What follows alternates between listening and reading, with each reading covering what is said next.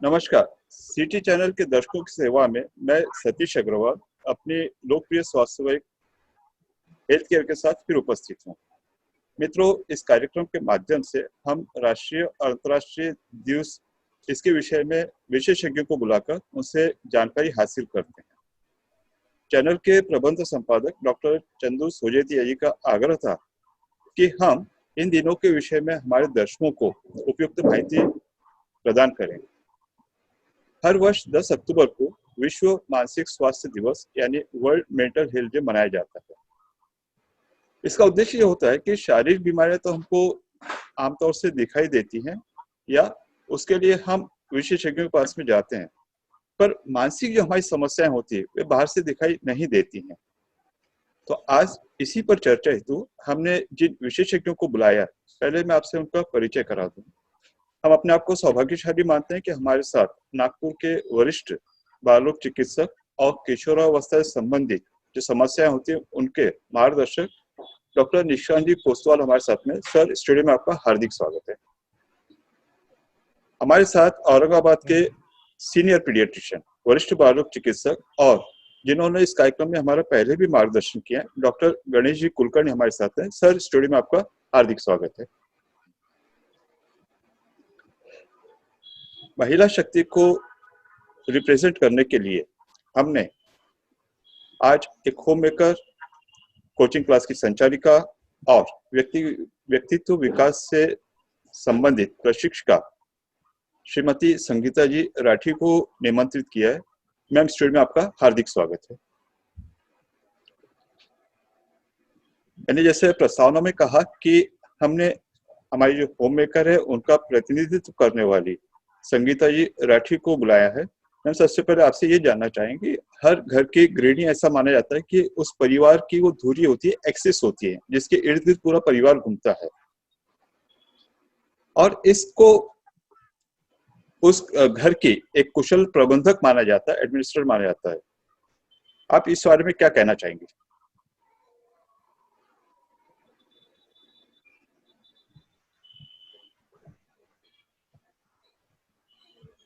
आपका madam unmute mic unmute कीजिए।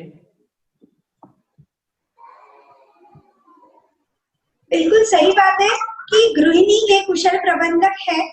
पुराने कहानियों में, अकबर बिरबल की कहानियों में हमने देखा था कि ग्रेट अगर जॉब अगर दुनिया में कोई है तो वो है माँ का जॉब। माँ जो वर्क करती है घर में, गृहिणी जो काम करती है, वो सबसे बड़ा काम है।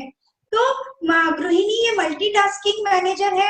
उसे छोटे बच्चों से लेकर बुजुर्गों की शुश्रूषा तक सारे काम उसे करने होते हैं। तो ये गृहिणी का रोल बहुत बड़ा है और उसके लिए ये जो मराठी में कहते हैं ना, तारे बच्ची कसरत आगे, ये एकदम सही है कि उसके लिए हर एक के सारे चीजों को मैनेज करके जीना काफी कठिन सा होता है।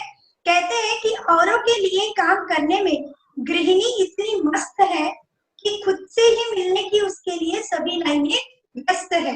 तो ये बात गृहिणी के लिए लागू होती है कि वो हर चीज में जो परफेक्ट बनने की, जो सुपर मॉम भी चाहिए हमें, आइडियल वाइफ भी चाहिए हमें बहू भी, आदर्श बहू चाहिए। तो ये सारे किरदार निभाते निभाते वो गृहिणी अपने आप को जैसे भूल सी जाती है। तो ये जो पूरा परिवार है, ये मध्य बिंदु है परिवार का। ये गृहिणी के ऊपर डिपेंड करता है कि हमारे घर का वातावरण वो पॉजिटिव रखे या नेगेटिव रखे। अगर वो सुबह से लेते हुए गृहिणी अगर खुद ही स्माइल नहीं करती है और चिड़चिड़ करती है तो पूरे घर का माहौल चिड़चिड़ापन हो जाएगा घर में। और अगर वही खुद हंसते खेलते रहती है, सबको हंसाते रहेगी, तो घर का माहौल भी खिलखिलाता हुआ रहेगा, ऐसा मेरा मानना है। निश्चित तौर से। और इसीलिए अगर बच्चे को सुई भी चुभी तो पहला शब्द उसका माँ का ही निकलता है। डॉक्टर गणेश जी, पीडियाट्रिक्स यानी बाल रोग शास्त्र की एक विशेषता मानी जाती है कि इसमें उम्र के साथ बीमारी, उसका निदान और उसका उपचार बदलता है, क्योंकि ये बदलती उम्र मानी जाती है। और इसमें भी जो एडोलेसेंस यानी किशोरावस्था होती है, उसमें ये चिन्ह काफी दूर से दिखाई पड़ते हैं। जो हमारा छोटा बच्चा दिखाई देता है, क्या कि वो एकदम वयस्क और पहुंच रहा है, तो उसकी हाइट बढ़ती है, वजन बढ़ता है, आसपास में जगह जगह उसको बाल आने शुरू होते हैं। इन शारीरिक अवस्थाओं के चेंजेस के अलावा उसके अंदर में जो मानसिक और मनोवैज्ञानिक चेंजेस हो रहे हैं, उस बारे में आप क्या मार्गदर्शन करना चाहेंगे? बहुत अच्छा सवाल किया सर आपने। हम लोग पीडियाट्रिशियन यानी बाल रोग तज्ञ बहुत सालों से काम कर रहे हैं। मुझे एक चीज बहुत अच्छी तरह से समझ में आती है कि जिंदगी में सबसे ज्यादा अगर हम लोग किसी के बारे में सोचते हैं तो वो किशोरी अवस्था के बारे में। क्यों? क्योंकि किशोरी अवस्था यानी adolescence is the age which starts to be counted from 10 साल से लेके 19 साल के बच्चों को हम लोग एडोलसेंस बोलते हैं यानी किशोरी अवस्था बोलते हैं। अब ये जो एज ग्रुप है ये संक्रमण अवस्था है, ये बच्चों से बड़े बनने की तैयारी है, चाइल्डहुड टू एडल्टहुड के बीच की अवस्था है। अब जैसे आपने कहा कि ये एज में सबसे ज्यादा फिजिकल डेवलपमेंट होता है, बिकॉज प्री प्यूबसेंस से प्यूबसेंस यानी बच्चा मैच्योर होना शुरू होता है। एडल्ट्स आर मैच्योर, सो बच्चा मैच्योर होना शुरू होता है, इसलिए उसके बॉडी में फिजिकल बहुत ज्यादा चेंजेस सडनली शुरू होना शुरू होते हैं। ये एक बड़ा किरदार है। दूसरा सबसे बड़ा प्रॉब्लम होता है कि फिजिकल चेंजेस के अलावा इनमें बिहेवियरल चेंजेस आना शुरू होते हैं, यानी कि इनकी वागणुक में बहुत सारा बदलाव आना शुरू हो जाता है।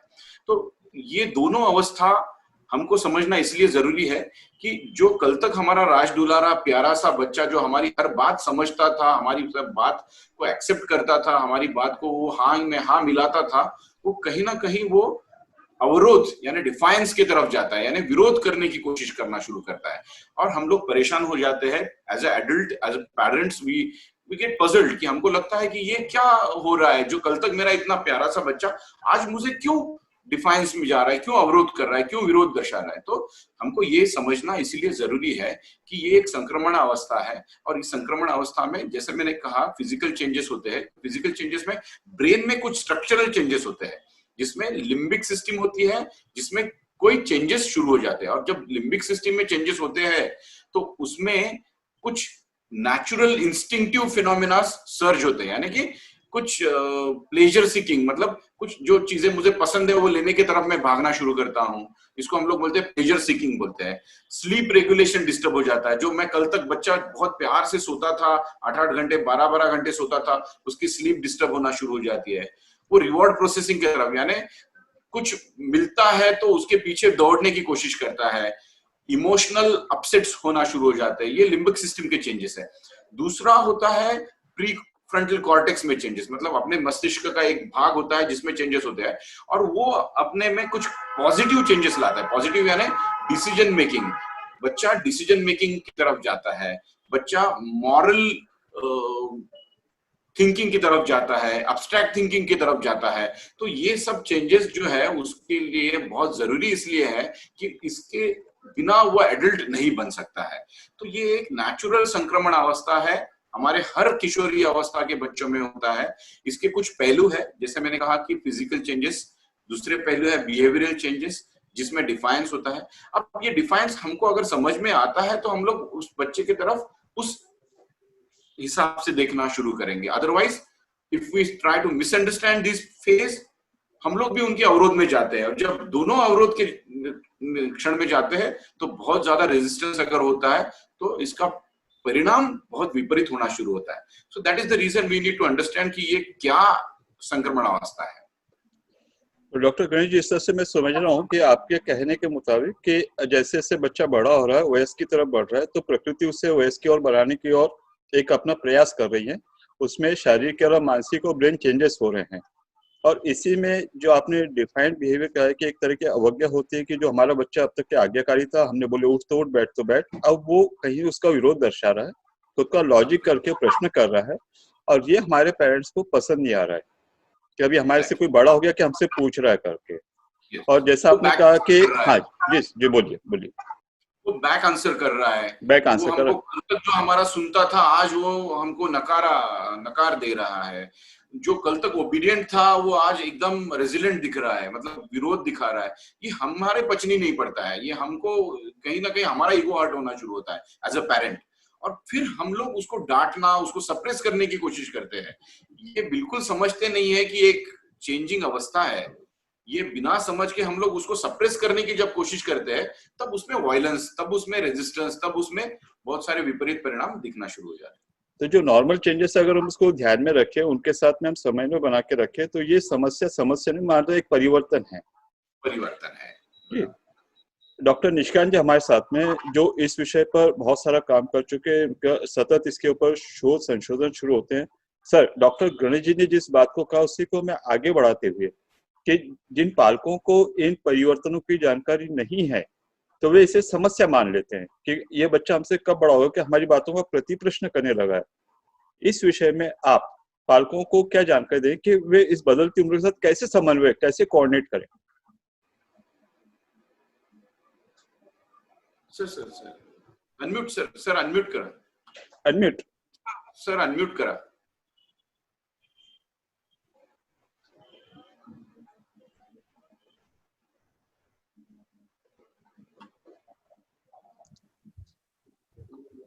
गणेश जी ने बहुत अच्छी तरह से अपने को समझाया कि बच्चों में क्या बदल होते हैं, मगर एक है कि कोई भी पालक को अपना बढ़ता हुआ बच्चा हमें दिखाई नहीं देता। हमें ऐसा लगता है कि वो बच्चा ही है और उसको हम बड़ा हो रहा, बड़ा बड़ा बड़ा ऐसे कभी समझने नहीं लगता। हर साल उसको वो रिस्पेक्ट नहीं मिलता है, क्योंकि हम तो उसे बच्चा ही समझते हैं और हम समझते हैं कि ये सिर्फ शरीर से लंबा हो रहा है, इसको मूंछ आ रही है, क्योंकि वो तो जो अवस्था रहती है वो दिखती है, मगर क्या नहीं दिखता है ये हम समझ नहीं पाते। अब बच्चा, ये जैसे उन्होंने बताया कि हमारे इसमें कोई ना कोई चीजें जो डेवलपमेंट होती है वो अलग अलग होती है। एक अवस्था में ये बच्चा बड़ा तो हो जाता है मगर समझ रहती बच्चे की, इसीलिए स्कूटर तो ले जा सकता है वो, मगर स्कूटर को कंट्रोल नहीं कर सकता है।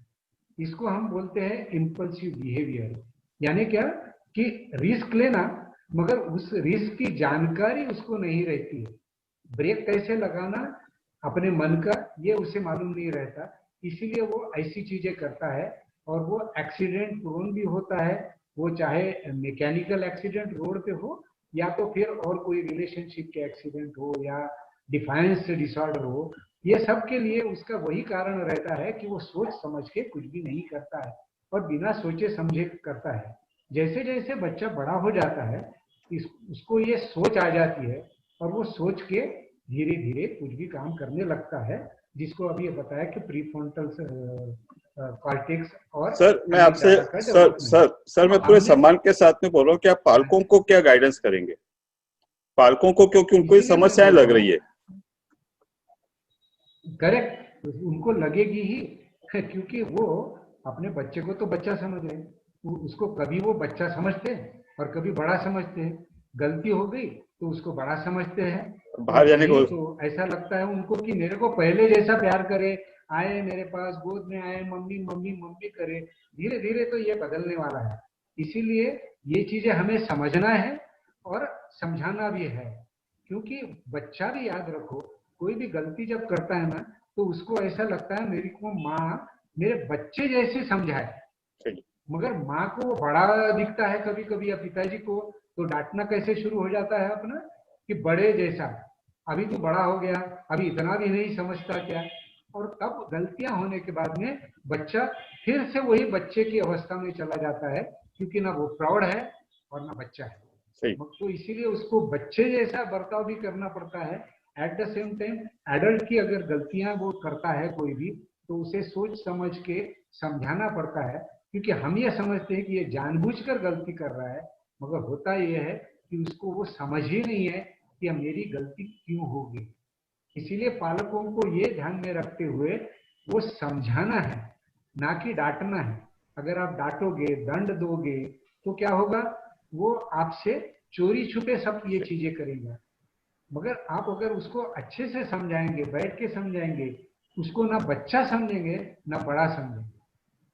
नहीं तो बड़ा समझेंगे तो ज्ञान देंगे और बच्चा समझेंगे तो गोद में आके पैम्पर करेंगे, उसको बोलेंगे गोद में बैठ जा, कुछ नहीं होता बेटा, कुछ नहीं होता। तो उसकी अगर गलतियां हैं तो मान लो, गलतियां हैं तो गलतियों को डांटो, गलतियों से उसको लेबल मत लगाना। कभी कभी बच्चे गलती से ना चोरी भी कर, माँ बाप क्या बोलते हैं उसको, चोर। तो हमने हिंदी पिक्चर में अमिताभ बच्चन ने बोला है, तो वो जो पिक्चर ना मेरा बाप चोर था वगैरह, तो हम लोगों को ना लेबल लगा देते हैं। अपने बच्चों को कभी लेबल न लगाए, उसको समझ ले, और बच्चा और बड़ा हमें भी दूसरा व्यवहार करना पड़ता। कभी हमको बच्चा होके उसके साथ में समझाना पड़ता, या तो कभी हमको बड़ा होके बड़े जैसा समझाना पड़ेगा। बट हम पनिशमेंट कभी ना दे, उसको समझ ले, चाहे उसका स्कूल का परफॉर्मेंस भी कम हो तो भी उसको समझ ले। आखिर हमारा बच्चा है, याद रखो, डोंट एक्सपेक्ट टू मच। हमारा बच्चा, हमारे तो कुछ गुण आएंगे ना। तो मैं जिस तरह समझ रहा हूँ कि आपने बताया कि पालकों को अपने बच्चों को पूरी तरह समझ लेना चाहिए, पूरे तौर से स्वीकार करना चाहिए उसकी कमी खूबियों के साथ में, और जहां अगर कुछ गलती हो तो उसको प्रेम पूर्वक आप समझाएं, डांटने या दंड देने के बजाय। डॉक्टर गणेश जी, आप कुछ कह रहे हैं? सर ने बहुत अच्छी तरह से समझाया है। इसका मतितार्थ यह है कि बच्चों को समझना यह पालकों का उत्तरदायित्व है, ना कि वाइस वर्सा। हमको हमेशा लगता है कि बच्चों ने समझना चाहिए, बच्चों ने सीखना चाहिए, बच्चों ने करना चाहिए। हालांकि इस सिचुएशन में पालकों ने बच्चों को समझना, ये पालकों का उत्तरदायित्व है। अगर गलती करते हैं तो वो पालक करते हैं, बच्चे नहीं करते हैं, क्योंकि वो उनकी संक्रमण अवस्था है। वो उन्हें भी पता नहीं है कि उनके साथ क्या हो रहा है। उनको समझना यह हमारा उत्तरदायित्व है, और हम उनको अगर अच्छी तरह से समझे तो शायद ये कॉन्फ्लिक्ट नहीं होगा। सर ने बहुत अच्छे से समझाया कि ये यहाँ पर पालक, ये डबल स्टैंडर्ड पालक अपनाते हैं। अगर वो कहीं कोई गलती करता है तो उसको बताते हैं तो बड़ा हो गया, अगर वो कहीं बाहर जाने की बात करता है बोले वो छोटा है, अभी बड़ा नहीं हुआ है, तो खुद कंफ्यूज है, मैं छोटा हूँ या बड़ा हूँ। तो हम लोग उसको अपने सुविधा के हिसाब से छोटा और बड़ा बनाते हैं। संगीता, जैसे आपने कहा कि जो होम मेकर होती है तो उसे बहुत सारे सेक्रीफाइस करने पड़ते हैं एक परिवार को सुचारू रूप से चलाने के लिए। किन सेक्रीफाइस की बात कर रही थी आप? जी, ये जो सेक्रीफाइसेस है जो गृहिणी को करने पड़ते हैं, देखिए अभी एक छोटा सा एक मेरे उदाहरण से मैं शुरू करूंगी कि मैंने एमए इंग्लिश लिटरेचर और बीएड तक की पढ़ाई की बहुत कठिन परिस्थितियों में। मेरे माता पिता ने जो मुझे पढ़ाया, और जहाँ मेरी शादी हुई वहां पे उन्होंने जॉब मना कर दिया कि जॉब, क्योंकि संयुक्त परिवार है, जॉब नहीं कर सकती। तो मेरे लिए तो वो जो 2-3 साल थे शादी के बाद के, तब ऐसे था कि मैंने लाइफ के जो 20-21 साल पढ़ाई की इतनी कठिन परिस्थिति में, और अब वो कठिन परिस्थिति को छोड़कर मैंने अभी क्या किया है कि मुझे हाउस मेक करके जीना है। तो अब इस समय कठिनाइयां ये है कि हाउ टू मैनेज एवरीथिंग। भाई हम लोग जहाँ करियर ओरिएंटेड थे, अब पूरी तरह गृहस्थी में कैसे अपने आप को झोंक दे। तो इसमें बहुत सारी चीजें होती है कि सबको हर चीज आदर्श होना, परफेक्ट होना। तो हम क्या करते हैं उसके उस मुताबिक हम लोग कुछ भी नहीं कर सकते। जैसे मान लो अभी एक्सरसाइज हो गया, योगा हो गया, मेडिटेशन हो गया, सबको पता है कि अच्छा जीवन जीने के लिए ये सब जरूरी है, लेकिन हम नहीं कर सकते। पढ़ाई की बात कर रहे थे, जहाँ मैं लाइब्रेरी से एक दिन बुक लाती थी और दूसरे दिन रिटर्न कर देती थी, इतना मेरा स्पीड था रीडिंग का। अब अगर बताऊं तो मैं न्यूज़पेपर भी नहीं पढ़ती हूँ पूरी तरह।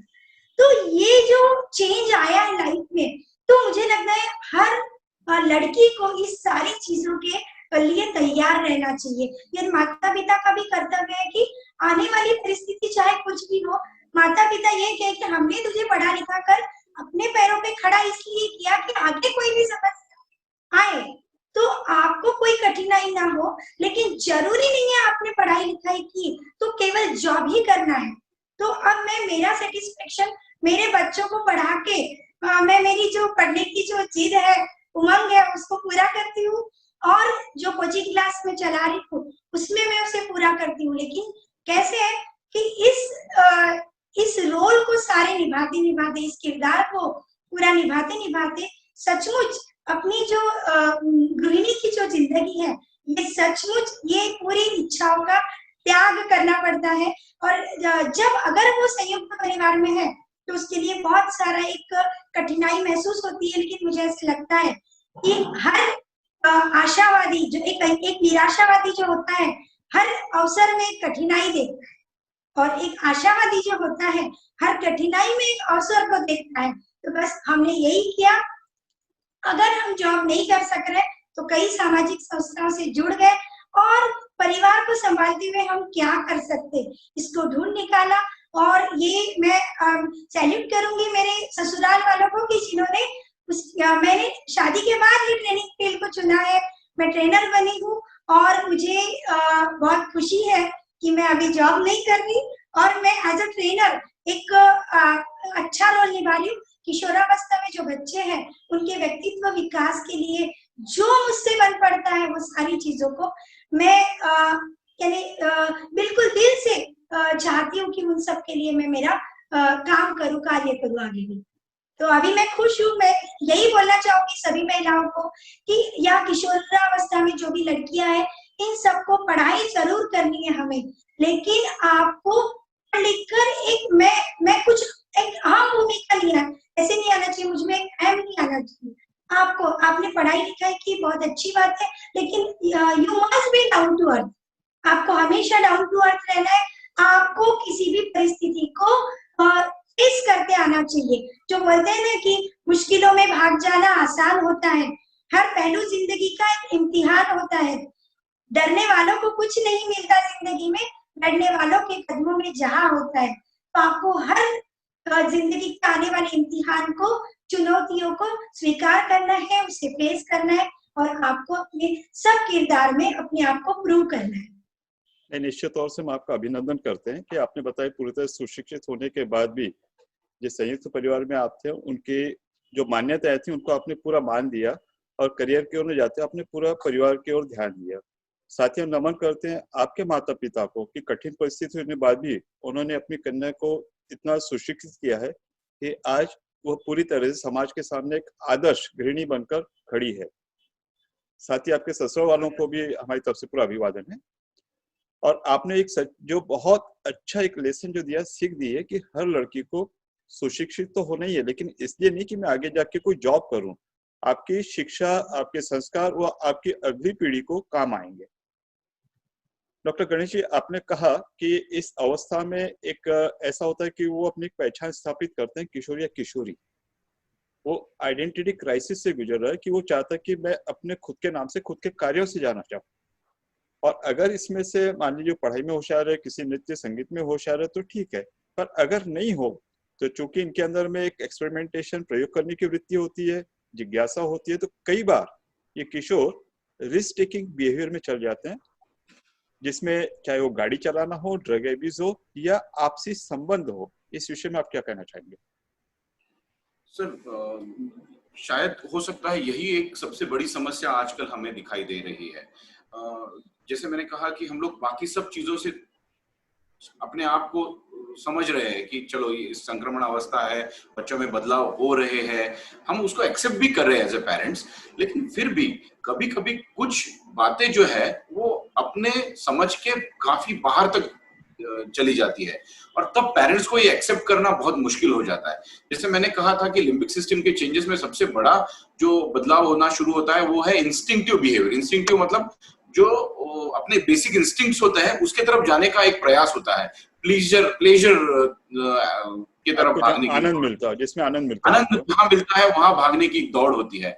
और ये दौड़ में बच्चों को ये नहीं समझता है कि कहां तक भागना है, कहां तक भागना है। देखो, आनंद लेना हर एक इंसान का एक बेसिक स्थायी भाव है। हर एक इंसान आनंद लेने के लिए ही जन्म हुआ है और उसका वो लेने की कोशिश करता है, लेकिन उसके लिए कहां तक जाना है ये एक मैच्योर थिंकिंग होती है। अब मुझे लगता है कि चलो मुझे BMW लेनी चाहिए क्योंकि मेरे लिए तो बहुत ड्रीम कार है मेरी, लेकिन जब मैं मेरे फाइनेंसेस देखता हूँ, जब मैं अपने आप को तरफ देखता हूँ, मेरा रोज का व्यवसाय देखता हूँ, तो मैं समझता हूँ कि ये मेरे आनंद की चीज है, लेकिन ये मैं कभी पा नहीं सकूंगा क्योंकि ये मेरे बाहर की चीज है, मेरे आवाके के बाहर की चीज है। तो इसको बोलते हैं एक मैच्योर थिंकिंग। लेकिन बच्चों में क्या होता है, बच्चों में ये मैच्योर थिंकिंग डेवलप नहीं होती है तब तक। किशोरी अवस्था में ये संक्रमण अवस्था है तो ये धीरे धीरे बन रही है, लेकिन तब नहीं होती है। तब उनको पता होता है कि मुझे बाइक चाहिए तो मुझे बाइक चाहिए। अब बाइक एक बार मैं ले लूं तो उसको मुझे किस नियम के तहत चलाना है, कौन से स्पीड से चलाना है, कहां तक मुझे हेलमेट पहन के चलाना है, कब मुझे वो चलानी है और कब मुझे नहीं चलानी है, कौन से रास्तों पे इसको चलानी है, ये मैं समझ नहीं पाता हूं।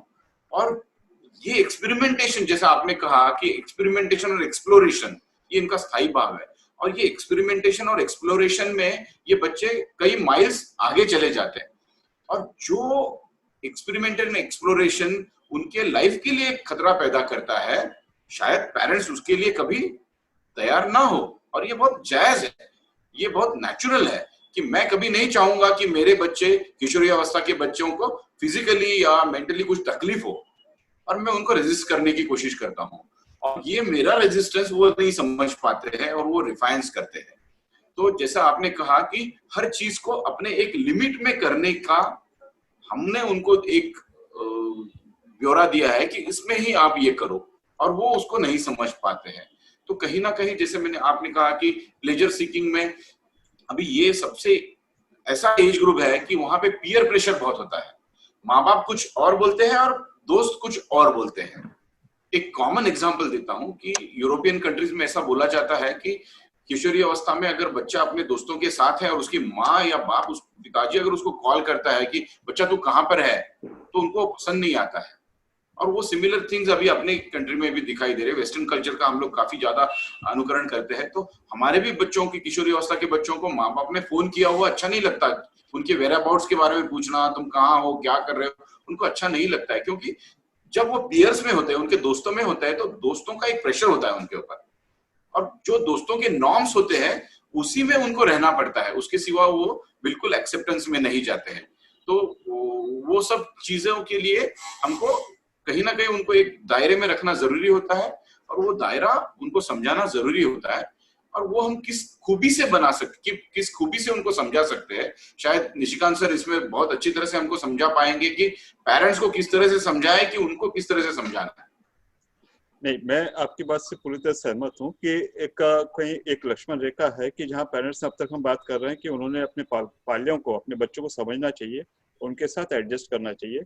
पर मैं आपकी बात समझ रहा हूँ, कुछ ऐसे प्रतिष्ठित मूल्य हैं, स्थापित मूल्य हैं, जिनको हम नकार नहीं सकते, और उन्हें हम अपने बच्चों को भी नकारने नहीं देंगे, चाहे हम कितने भी आधुनिक हों, कितने भी हम चाहे जो हमारे स्थापित पारिवारिक और सामाजिक मूल्य हैं वो अड़िग रहेंगे, हम उनको डटे रहेंगे, और ये चीज हमारे बच्चों को भली भांति समझाना चाहिए।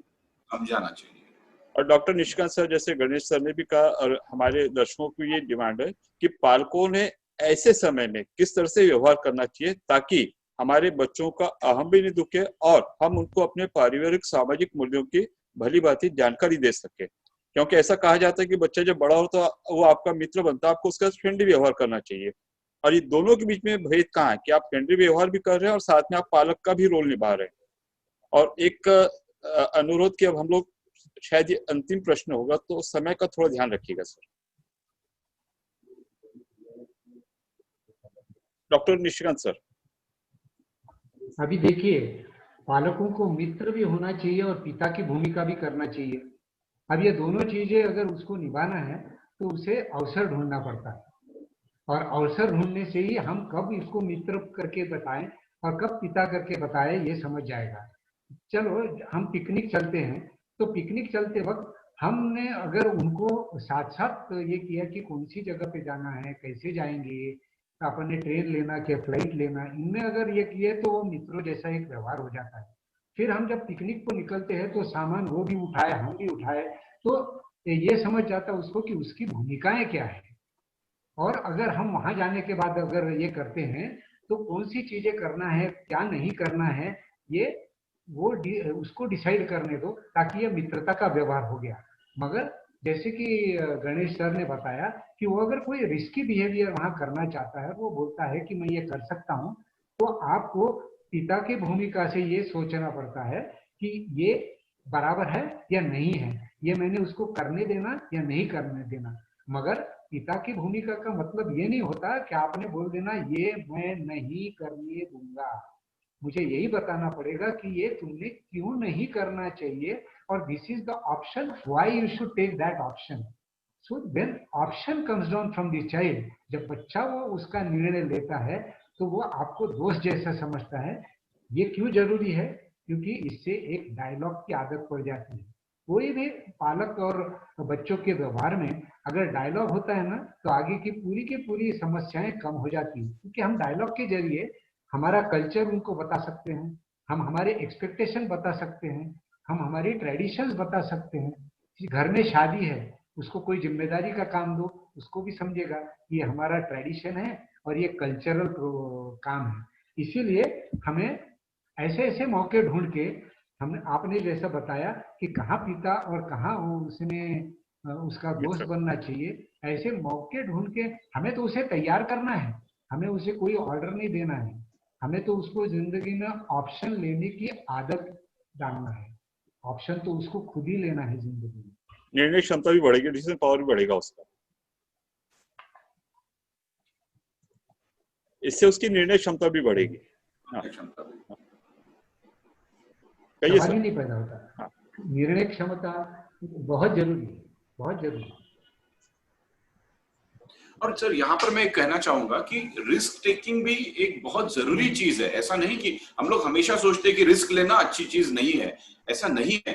दुनिया के सभी एंटरप्रेन्योर्स जो है, जो बिजनेसमैन है, वो बिना रिस्क के बिजनेसमैन या एंटरप्रेन्योर नहीं बने हैं। तो रिस्क लेना उतनी ही जरूरी बात है जितनी कि हम लोग एज अ पेरेंट, जैसे सर ने बहुत अच्छी तरह से कहा कि एक पिताजी का सोच अलग हो सकता है, लेकिन एक मेंटोर का सोच अलग हो सकता है। हमको पिताजी और मेंटोरशिप दोनों साथ में ही करना है। तो हमको ये सोचना है, अगर मेरे बच्चों को मैं रिस्क लेने ही नहीं दूंगा तो वो कभी भी बहुत बड़ा बिजनेसमैन, एंटरप्रेन्योर नहीं बन सकेगा, क्योंकि लाइफ में हर चीज में थोड़ी फार रिस्क तो हर चीज में है। हमको ये समझाना बहुत जरूरी है कि रिस्क वर्सेस कॉन्सिक्वेंसेस, ये रिस्क वर्सेस कॉन्सिक्वेंसेस का जो इक्वेशन है, ये उसको हम अच्छी तरह से समझा सके कि देखो ये रिस्क लेने से क्या मिल रहा है और ये रिस्क लेने से क्या कॉन्सिक्वेंसेस है। जो मिल रहा है उससे अगर कॉन्सिक्वेंसेस बहुत बड़े हैं तो वो जो रिस्क है वो लेने में कोई मतलब की बात नहीं है। चलो सिंपल एग्जांपल यह है कि मैं कहीं रोड पर 200 किलोमीटर की स्पीड से मेरी बाइक चलाना चाहता हूं। इससे मुझे क्या मिलेगा? मुझे काफी आनंद मिलेगा। चलो मैं एक बहुत अच्छा एक्सप्लोरेशन कर रहा हूं, वो स्पीड से मैं गाड़ी चला रहा हूं, मुझे एक आनंद मिलेगा। ये मुझे क्या मिलने वाला इसमें आएगा। कॉन्सिक्वेंसेस क्या है कि अगर मुझे कुछ हो जाता है तो मैं अपनी जान गंवा बैठूंगा। अब यहाँ पे जो मिलने वाला आनंद है और जो होने वाला कॉन्सिक्वेंस है, इसमें बहुत बड़ा अंतर है। मिलने वाली चीज बहुत छोटी है, लेकिन हो सकता है कि अगर मैं क्या गंवा के बैठूंगा तो मैं मेरी पूरी जान गंवा के बैठूंगा। तो यहाँ पे ये रिस्क लेने में कोई मतलब की बात नहीं है। तो इस तरह से हम लोग रिस्क असेसमेंट करेंगे और अपने बच्चों को समझाएं कि हर चीज के पीछे एक रिस्क असेसमेंट होना जरूरी है, और वो रिस्क असेसमेंट होने के बाद क्या मिल रहा है और क्या कॉन्सिक्वेंसेस है, ये दोनों में हम लोग कंपेयर करेंगे और फिर निर्णय लेंगे। डॉक्टर गणेश जी, मैं आपकी बात के साथ पूरी तरह सहमत हूँ कि अगर उसका पूरा हमारे व्यक्तित्व विकास होना चाहिए तो उसके हमने रिस्क को कहीं रोकना नहीं है, लेकिन कैलकुलेटेड हो कि हम रिस्क लेने के बाद हम क्या हासिल कर रहे हैं वो उसको बताना चाहिए, ताकि जैसे सर ने कहा कि उसकी निर्णय क्षमता ही बढ़ेगी।